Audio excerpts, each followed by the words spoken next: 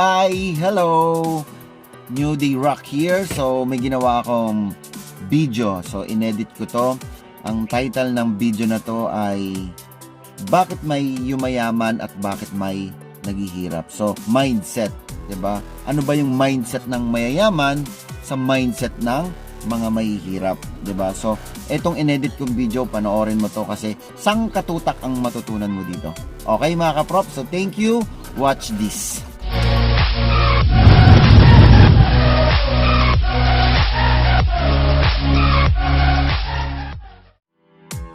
Now let's go to the next topic. Why the poor get poorer? Bakit yung mahirap lalong naghihirap? Number one is because they are easily discouraged. They listen to negative people.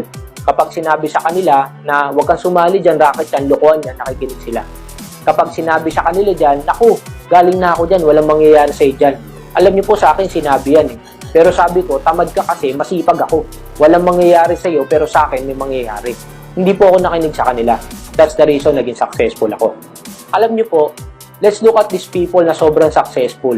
Mga tao na na-inspire ako kung bakit ako po mismo hindi po ako nakinig sa mga negative na tao.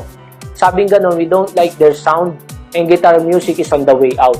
Imagine niyo po, yung tape nila pinapasa nila sa mga recording company.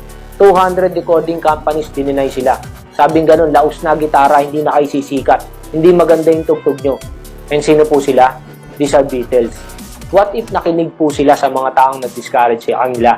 Sigurado po, wala po sila sa kinalalagyan nila. Next po, sabing ganun, you ain't going nowhere son, you ought to go back into driving a truck. Sabing ganun, hindi ka sisikat, wag ka nang kumanta. Pero kung titignan nyo po, sino po yan? That's Elvis Presley. What if nakinig po siya at hindi po siya nagtuloy? Then wala po siya sa kinalalagyan niya. Next po, sabing ganun, the horse is here to stay, but the automobile is a novelty fad. So, ibig sabihin, yung kabayo, hindi mapapalitan niya ng kotse. Siya po si Henry Ford, siya po yung naka-invento ng kotse. Kung titignan niyo po, what if nakinig siya sa mga taong nag-discourage sa kanya? Sigurado po, wala pong kotse ngayon. Hindi po siya yumaman. Another po, in the 1940s, the idea was turned down by 20 companies including some of the biggest in the country. Imagine, after 7 long years of rejection, the idea was accepted. Ano po yan? That was the Xerox machine. Imagine niyo po, 7 long years of rejection. Hindi po siya uminto. Tuloy-tuloy lang siya. Inalok niya lang. Naniwala lang siya na someday merong maniniwala sa kanya. And nangyari po. Kung titignan niyo po kung gaano po kahirap yung pinagdaanan niyang tao niya. And hindi po siya nakinig sa negative. Next po, there was an old man age 66. Meron po siyang recipe ng manok. Natutulog po siya sa loob ng truck niya. Doon siya nagluluto ng manok. Tapos iniikot niya po lahat ng restaurant. Inaalok niya po yung manok niya. Sabi niya gano'n, someday merong maniniwala sa akin at mag-i-invest sa akin at magtatayo ako ng sarili kong restaurant. Alam niyo po, ang nalok niya po was 100 restaurant. Lahat po tinanggihan siya. Ikaw po ba, kung naalok mo 100, magtutuloy ka pa? Actually, nagtuloy pa po siya. 500 restaurant. Baka ikaw, pag umabot na po ng 500, sigurado, ayaw mo na, mag-quit ka na. No, umabot pa po siya ng 1,000 restaurant. Wala rin pong naniwala. O kung tutusin po, kung titignan nyo, siguro kung 1,000 po, amoy-amoyin mo na yung manok mo eh. Eh siguro hindi talaga ito masarap kasi 1,000 na tao na ang tumanggi. Pero imagine niyo nagtuloy pa rin siya. He never stopped believing na yung recipe ng manok niya masarap. Na itong recipe na to, sisikat to at yayaman siya dito. Na someday merong maniniwala dito. And nung na-reach niya po yung 1,009 restaurant, that's the reason na tayo po ang KFC. Kung titignan nyo po, eto pong tao na to, hindi po siya nakinig kahit napakaraming negative na tao. Kahit 1,000 people ang nag-discourage sa kanya, nagtuloy pa rin siya. He never stopped believing. Kaya sana po, when you join this business, huwag po kayo madaling ma-discourage. Kasi let's face it, not all people will join this business. Alam nyo po, 85% ng Pilipinas mahirap eh. 5% lang naman ang mayaman. Hindi po natin pwedeng baliktarin yan. Kaya po hindi po lahat ng tao magjo-join. But the point is, ano ba gusto mo? Mapunta sa 85% ng mahirap or mapunta sa 5% ng mayaman. And yan po yung isang bagay na dinesisyonan ko. Okay, ayaw nyo maniwala sa akin, okay lang. Kasi ako gusto ko mapunta sa 5% ng mayaman. And I continuously believe na merong maniniwala sa akin. In fact, lagi ko nga sinasabi, yung kauna-unahang tao na nagsabi na pupunta siya sa buwan, for example, ako, wala pa po nakakarating sa buwan, sinabi ko sa'yo, pupunta tayo sa buwan. Eh malamang, sasabihin mo, sira ulo nito. Dali na sa mental hospital to. Pero imagine, kung walang naniwala sa kanya na ang buwan mapupuntahan, wala pong nakarating sa buwan. What's the point? Kapag kinukwento po natin ang pangarap sa tao, let's face it, lahat po yan tumatawa. Why? Kasi para sa kanila, imposibleng marating yan. Pero sa mga taong naniwala na ang pangarap hindi imposible, that's the reason narating po nila yung pangarap nila. Number 2 po, these are the people who create reasons for themselves to fail. Kaya po sila hindi yumayaman, it's because mas mahilig po sila sa kasi kaysa sa kusa. Lagi po silang gumagawa ng reason para hindi po sila maging successful. Sabi nga ganun ni Bill Gates, you can make money and you can make excuses, but you can never make money out of excuses. Kaya kung puro ka kasi, I tell you, hindi ka po yayaman. In fact, kung titignan nyo po si Bill Gates, eto po siya nung tinayo niya yung kumpanya niya. Kung titignan nyo po, 16 years old siya when he started this business. Siya po ang pinakabata, lahat po ng empleyado niya matatanda. Imagine, hindi po naging reason sa kanya na siya bata at empleyado niya matanda, na siya hindi pakikinggan, na ito yung kaya niya, na yun ang kaya ng mga tao. No, he started this business looking at his capabilities, not his weakness. And tinuloy niya po yung business niya. That's the reason yumaman po siya. Now, if you can't change your mindset, then you can't change your fate. Kung hindi mo kayang baguhin yung takbo ng utak mo, I tell you, hindi mo kayang baguhin yung kapalaran mo. Sabi nga nilang ganun, pag sinilang kang mahirap, hindi mo kasalanan yan. Pero pag namatay kang mahirap, kasalanan mo na yan. So, ibig sabihin, pwede mong baguhin yung kapalaran mo, depende kung paano ang takbo ng utak mo. I tell you, kung madali kang makinig sa mga taong magdi-discourage sa'yo, at ikaw mismo, gumagawa ka ng mga reasons para mag-fail ka, then I tell you, hindi mo kayang baguhin kung ano yung magiging future mo. Kung sinilang ka mahirap, tama, mamamatay ka nga talaga na mahirap. So, you have to change your mindset.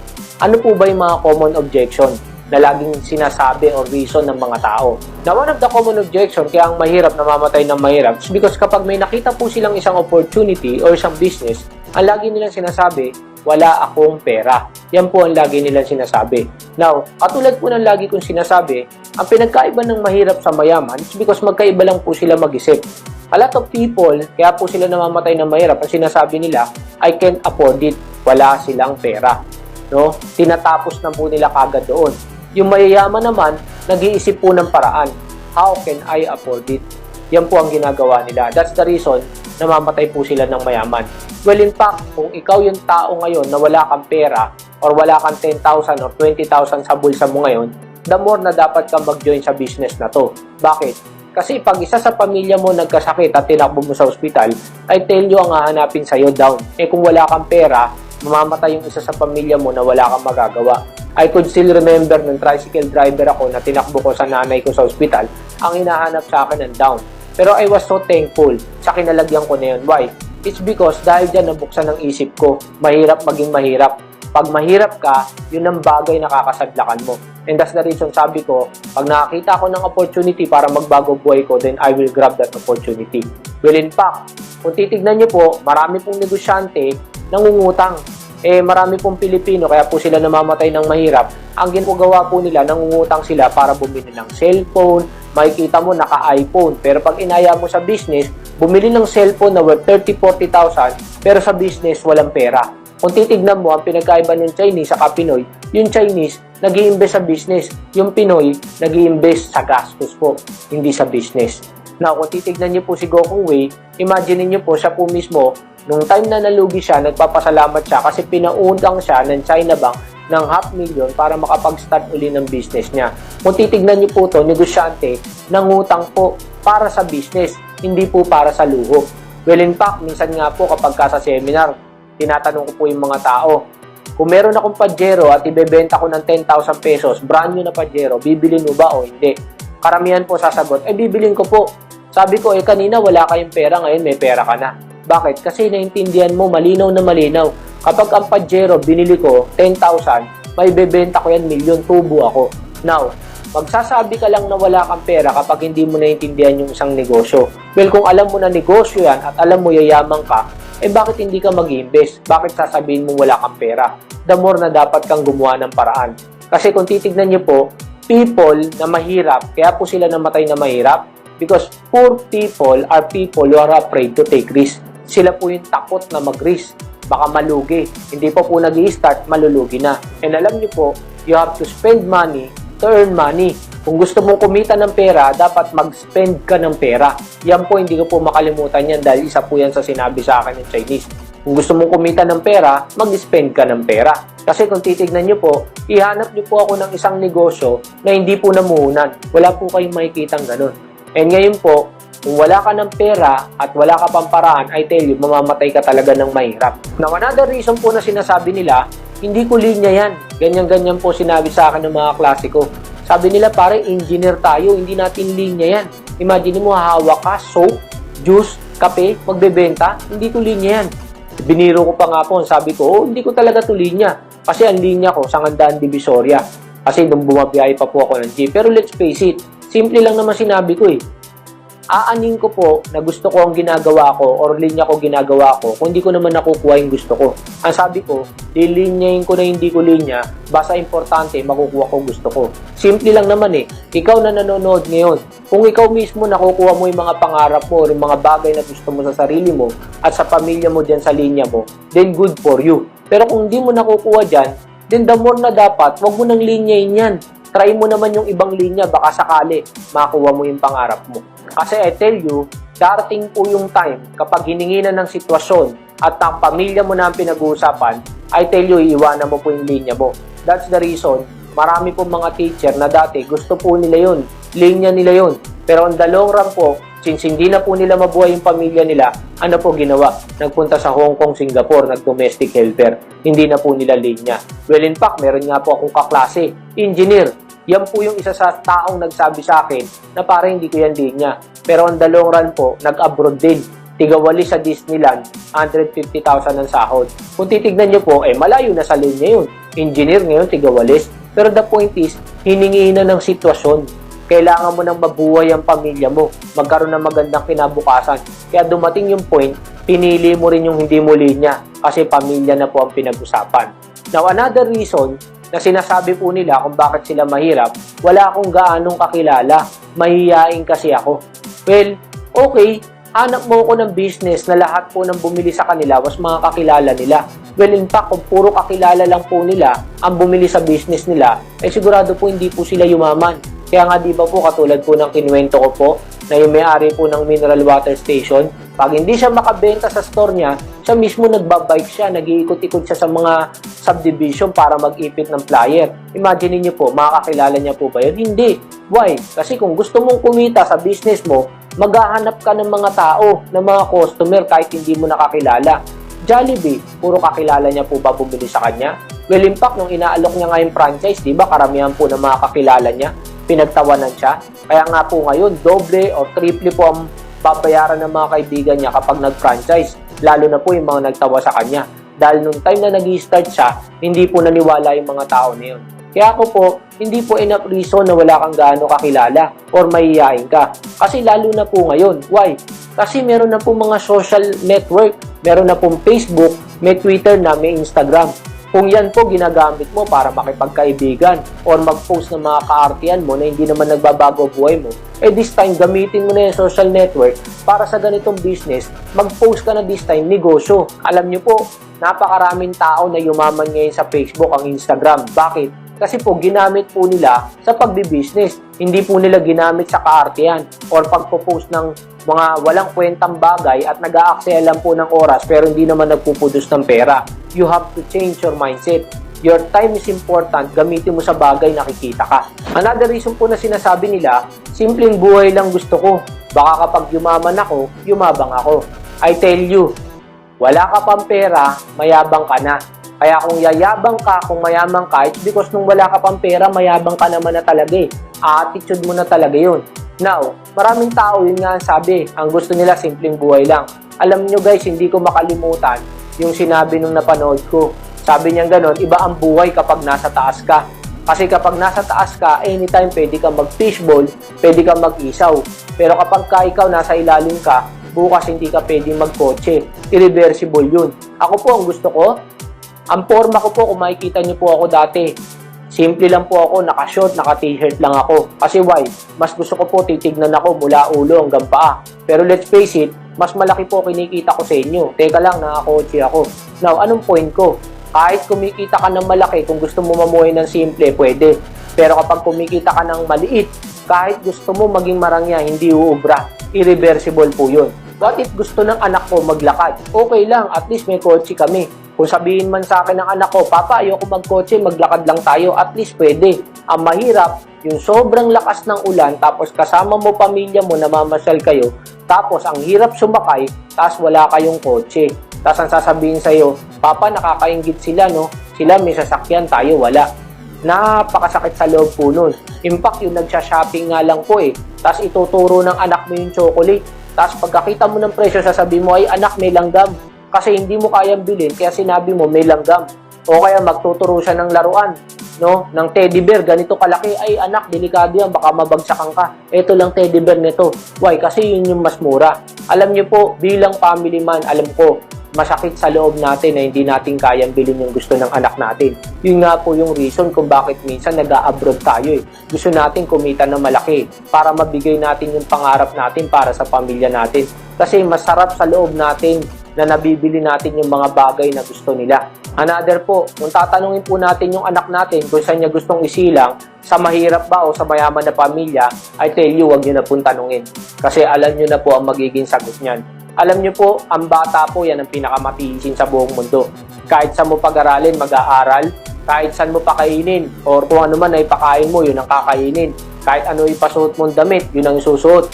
Kaya kung meron kang opportunity para mabigay mo yung masigit pa sa kaya mong ibigay, then grab that opportunity. Ako, aaminin ko po, ang tatay ko gusto simpleng buhay lang. Namatay jeepney driver, since driver lang po siya, hindi niya naipamana yung jeep. So, kailangan po namin gumapang, kailangan ko mag-self-supporting para buhayin ng pamilya ko at makapagtapos ng pag-aaral. Why? It's because nangarap siya ng simpleng buhay. And yun po yung isang bagay na ayokong maranasan ng mga anak ko. Kaya alam niyo po, yes, oo, money can't buy happiness. But I tell you, it can create happiness. Kapag nabibili mo yung mga bagay na gusto ng pamilya mo, hindi kayang bilhin ng pera yung saya na nararamdaman mo kapag naibigay mo sa kanila yung mga bagay na gusto nila. Kaya I tell you, please, huwag mong hangarin yung simpleng buhay. Di baling manghangad ka na yumamang ka, and that's the time, mamuhay ka ng simple.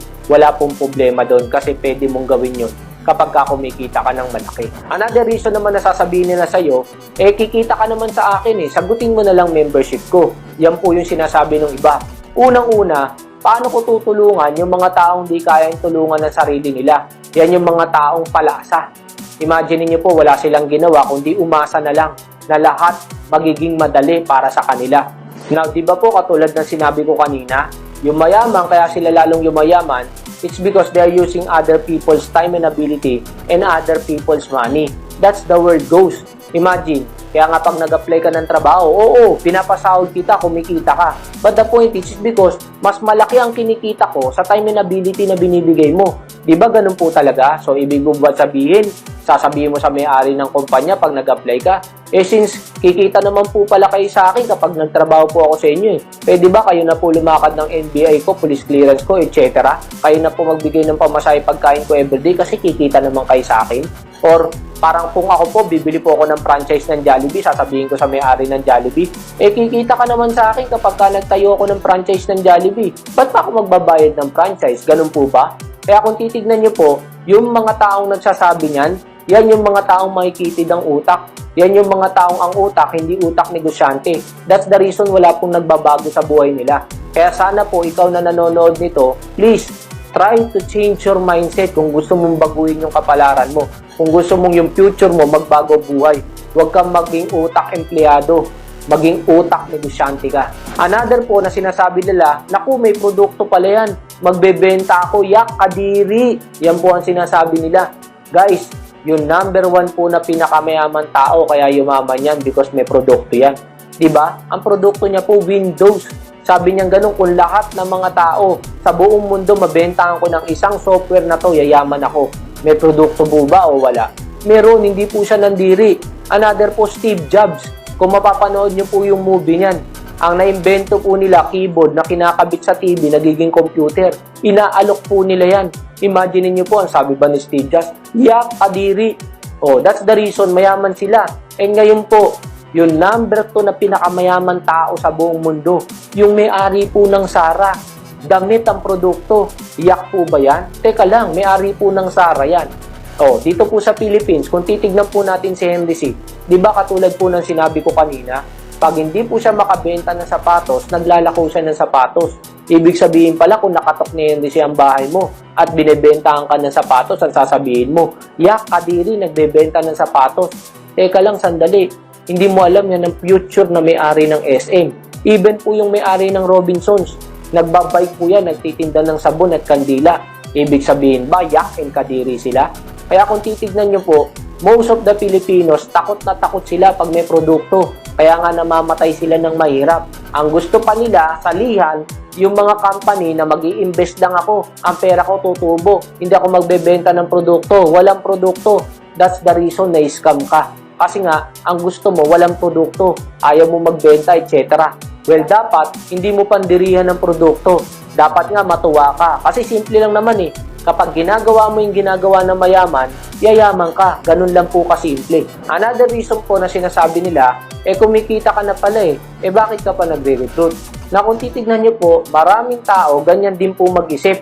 Imagine niyo po, isa pa lang po ang trabaho nila, masaya na sila, kontento na sila. Isa pa lang business nila, okay na sila.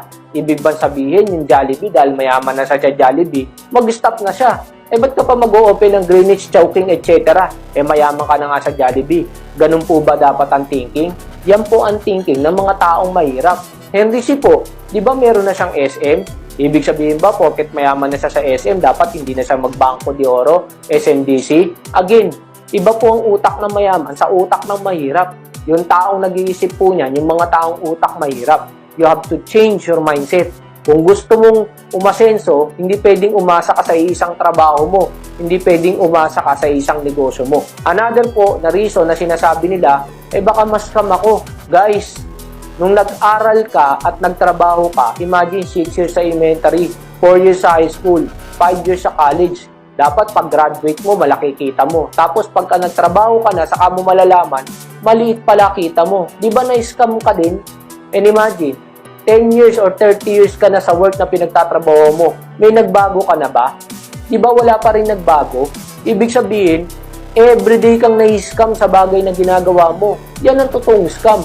Imagine mo, 30 years ka na, ni hindi ka pa nakatungtong sa 30,000. Di yan ang scam. Kaya kung scam to, magpapascam ako. Bakit? Kasi dito may nag-1 milyon isang buwan. May nagto 200, 300,000 isang buwan.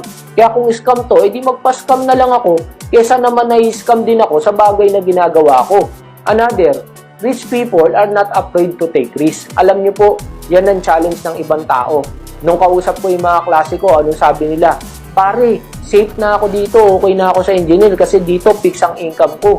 Every month may 10,000 ako. Oo, kaya nga 20 years ka na, 10,000, 15,000 ka pa rin. Nag-increase ka man, gaano kaliit? Dito matagal nga, pero pagpalagay natin, 1 year bago ako nag-100,000. Unang buwan ko, 4,000. Mas okay naman to. Kasi 1 year nag-100,000 ako, kesa naman hintayin ko yung 10 taon, 20 years, baka kahit 100,000, hindi ko mahawakan. Kaya guys, tandaan nyo, kung okay ka at kontento ka sa ginagawa mo at takot ka mag-risk, hindi po yan ang utak ng mga taong naging mayaman. You have to take risk kung gusto mong yumaman.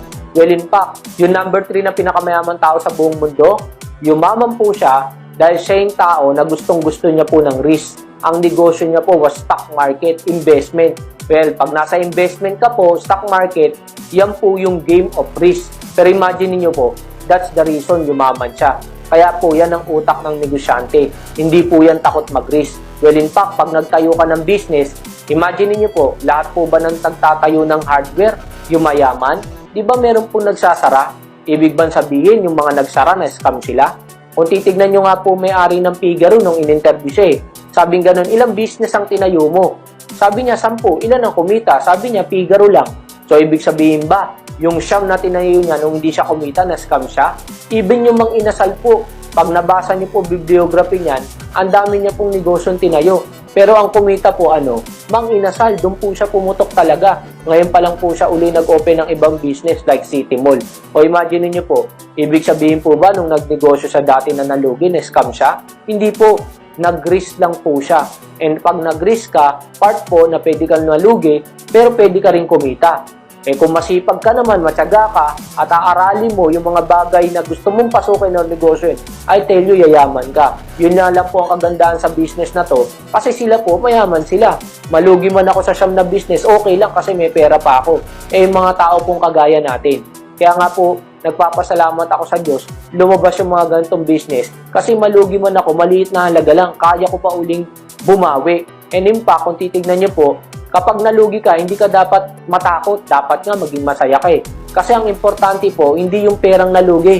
Kasi po yung pera, kinikita po natin yan eh. Ang importante, natuto ka. Kasi po, yun ang pinaka-importante. Yun natutuhan mo. Kaya kung titignan nyo po yung mga negosyante na nalugi, on the long run po, yumaman na po sila. Bakit? Kasi po yung mga failure po nila, hindi na po nila inulit sa mga sumunod na negosyo nila. Kaya kung titignan nyo po, failures are normal. It's either you quit, or you learn from it, and you keep moving forward. Kaya kung titignan niyo po yung may-ari ng Figaro at may-ari ng Mang Inasal, bakit sila yumaman?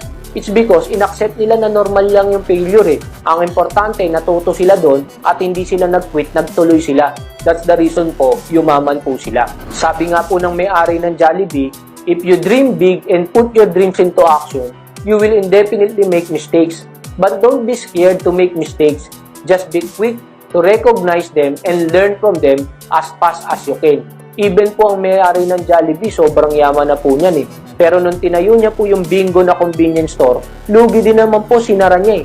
Pero nag-quit na ba siya? Hindi. Binili niya po Greenwich, binili na po Chowking. Nagtuloy-tuloy po uli yung yaman niya. Kaya kung titignan niyo po, walang negosyante na hindi nag-fail. Lahat po yan nag-fail.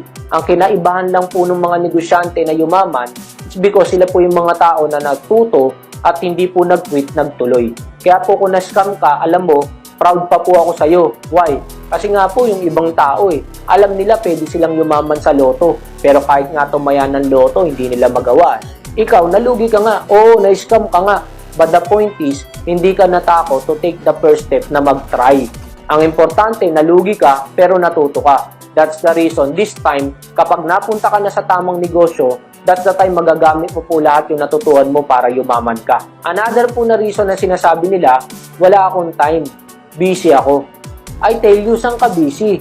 Diyan sa trabaho mo, na hindi nagbabago ang buhay mo, na kahit na may welga na, may kudita na, magugulat ka po, wala na pong masakyan. Nakarating pa po sa Makati. Or kaya po, hanggang dibdib na po ang tubig. Baha na. Nakarating pa uli sa Makati. Imagine niyo po, ang sipag pumasok, busy sila. Pero hindi naman nagbabago buhay nila. Mamaya naka-MRT, nakikipagsiksikan din. Tapos reklamo ng reklamo, kapag sira ang MRT, unang-una, diyan ka busy sa bagay na pinagtatrabahuhan mo na hanggang MRT lang ang kayang ibigay sa'yo. Guys, you are busy creating other people's dream. Hindi mo dream ang ginagawa mo. Dream ng ibang tao ang pinagsisipagan mo. Dapat dream mo ang pagsipagan mo. In fact, sabi nga ni Hennessy, each of us is given by God equal time, 24 hours a day. It is up to you if you want to use it and how you choose to use it. Maraming Pilipino po kasi may 24 hours din. Kaso ginagamit nila sa panonood ng telenovela, paglalakwatsa, panonood ng sine, pagpo-concert, etc. Kung titignan niyo po sila, doon po nila inuubos yung 24 hours nila. Tapos galit na galit sila kapag ka sila mahirap at yung mayaman, lalong yumayaman. Well, in fact, yung mayaman, ginagamit nila yung 24 hours nila sa pagbibusiness. Paglabas nila, in fact, tignan niyo po yung mga Chinese, katulad po ng sinabi ko, paglabas ng eskwelahan, nasa hardware. Paglabas ng eskwelahan, nasa butik. Imagine niyo po, doon po nila inuubos lahat ng oras nila. Or kaya po, pag wala pong pasok sa eskwela, bakasyon, anong ginagawa? Nagtatrabaho po sila sa sariling kumpanya nila. So kung titignan nyo po, kaya sila yumaman, it's because ginagamit po nila ng tama yung 24 oras nila. Kaya ikaw na nanonood dito ngayon, again, busy ka? Guys, you have your 24 hours. Nasa sayo kung saan mo gagamitin yan. Sa bagay na magbabago buhay mo o sa bagay na ang kine-create mo yung pangarap ng boss mo at silang nagbabago buhay, hindi ikaw. Another reason po na sinasabi nila, hindi ako magaling magsalita, hindi ko kaya yan. Alam niyo po, nung hindi pa po ako kumikita, na-inspire po ako dun sa isang tao na yun na na-meet ko. Alam niyo po, every time nanonood po ako, nakikita ko sila, kinikilabutan po ako. Bakit? Kasi po yung grupo po na yun, puro po sila pipe. Yung upline po nila, Pipe, kumikita ng 70,000. Gigil na gigil ako kasi sabi ko, ako hindi ako magaling magsalita. Eto, hindi ito nagsasalita. Pero kumikita po ng 70,000. Guys, hindi naging reason sa kanila na pipi sila para kumita sila. And a lot of people, a lot of Filipinos, nag-iisip sila palagi ng reasons. Kagaya niyan, hindi sila magaling magsalita, kaya hindi po sila kumikita. Well, in fact, sabi nga ganun yung iba, mahihiyain daw. Pero alam niyo po sa seminar, pag pinagtaas ko ng kamay, taas ang kamay na mahihiyain. Magugulat ka, magtataas ng kamay. Sabi ko, saan ka nakakita ng taong mahihiyain na nagtaas ng kamay? Tapos tawanan sila. Why? Kasi tayo mismo ang nagma-mindset sa sarili natin na ito lang yung bagay na kaya nating gawin. Hindi ako magaling magsalita, ito lang ang kaya kong gawin. That's the reason na mamatay ka na mahirap. Why? Kasi you are putting limitation sa sarili mo. In fact, sabi nga ni Henry C., if anyone tells me he can't, I ask why can't you? All of us are created equal. Totoo naman. Lahat naman tayo nilikha ng Diyos pare-pareho. Bakit hindi mo makakaya? Sabi rin ni Henry Ford, if you think you can and you think you can, you are right. Ibig sabihin, kung ano ang iniisip mo, tama ka. Kung ano ang isasaksak mo sa isip mo, yun talaga ang mangyayari sa'yo. Kaya kung ano yung paniniwalaan mo, then yun din ang mangyayari sa'yo. Kaya guys, kung pinaniniwalaan mo na hindi para sa'yo ito, hindi talaga para sa'yo ito. Kung paniniwalaan mo naman na para sa'yo ito, then para sa'yo ito. Kung paniniwalaan mo na hindi ka magiging successful dito, then I tell you, hindi ka talaga magiging successful dito. Kung paniniwalaan mo na successful ka dito, and that's the time magiging successful ka. Kaya kung tutuusin, ako po, 4 kaming in-invite. Yung 3 po negative. Ako po, nagtuloy ako. In fact, yung mismong taong nagbitbit sa akin, hindi nag-join eh. Kasi siya mismo, hindi siya naniwala na para sa kanya to, na magiging successful siya dito. Kaya nga sabi niya sa akin, nung nag-usap kami uli, alam mo pare, alam ko naman para sa iyo yan eh. Imagine niyo po, siya po mismo, hindi siya naniniwala na para sa kanya. Well, ako, tinanggap ko para sa akin. That's the reason po, nagbago talaga ang buhay ko. Siguro, I will end up with this story. Merong story tungkol dun sa 2 investigador na nakakita sila ng kotse bubangga. Nung nakita nila yung kotse bangga na, pinuntahan nila yung kotse. Nung nakita nila, patay yung nanay, yung tatay, pati yung 2 anak sa likod. Ang nakita nila, ang buhay, isang unggoy lang. Paalis na po sila, nung naalala nila, teka lang yung unggoy buhay. In-interview nila yung unggoy. Sabing ganon, unggoy, anong ginagawa ng tatay? Bakit yung tatay patay? Sabing ganon, umiinom. Kaya pala namatay yung tatay kasi umiinom. So sabing ganon, bakit naman yung nanay patay? Nagbubunga nga. So ibig sabihin, yung tatay umiinom, yung nanay nagbubunga nga. Kaya siguro nabangga at patay lahat. Sabi, ba't yung batang lalaki sa likod patay? Nagbabasa. Yung batang babae, natutulog. Now, nung paalis na po sila, naalala nila, yung unggoy, ano ginagawa? Bakit buhay? Tinanong nila yung unggoy. Ikaw, unggoy, bakit ikaw? Anong ginagawa mo? Bakit ikaw buhay? Alam niyo po, sabi ng unggoy, siya pala nagdadrive. Yes, the story nakakatawa. Pero kung titignan niyo po, maraming tao po kasi mahilig pong makinig sa mga unggoy or pinapadrive po nila yung buhay nila sa unggoy.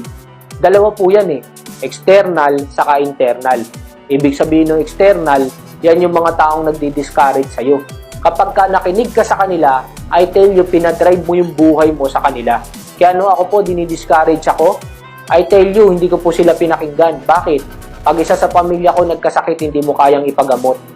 Pagka kailangan ko ng pambayad sa kuryente, tubig ko, hindi mo kayang ibigay. Well, in fact, pati yung mga pangarap ko para sa pamilya ko, lalong hindi mo kayang ibigay. Kasi sarili mo nga, hindi mo kayang tulungan eh. Pamilya ko pa. That's the reason hindi po ako nakinig sa kanila. Alam niyo po, yung external, yan po yung mga taong mag-discourage sa'yo. Ang masakit po kasi yung internal. Yung ikaw mismo ang nagsasabi sa sarili mo ng mga reasons para ikaw hindi ka maging successful. And ang masaklap dyan, kinampihan mo pa. Minindset mo mismo sarili mo. Guys, I tell you, this is one message na maiiwan ko po sa inyo. Guys, huwag mo pong hayaan yung ibang tao at yung unggoy sa katawan mo ang mag-decide sa'yo kung ano yung kaya mong gawin. I tell you guys, katulad ng sinabi ni MDC, lahat tayo nilikang equal. Kung nakaya namin maging successful, I tell you, makakaya mo rin. I will leave you with this quotation. Don't let other people tell you what you can and you cannot do. Remember that the greatest barrier between you and your success is yourself. Bakit ikaw? Kasi kung hindi mo entertain lahat ng negative at sa sarili mo, tatanggihan mo lahat yung mga negative na yan, then you will become successful. Kung yung mismong nasa loob mo, yung unggoy mo sa katawan, hindi mo paniniwalaan, then I tell you, you will become successful. Kaya guys, ikaw lang din ang makakagawa ng success mo. Nandito po kami, tuturuan namin kayo. But still, you have to accept the fact that this business is for you and kaya mo po maging successful dito. And together po, pagtulungan po natin. So sana po, makasama po namin kayo sa business na to. Let's help each other. Lahat po na ma-invite natin. Let's share this powerful message para mas marami pa po ang magbago ang buhay, including you.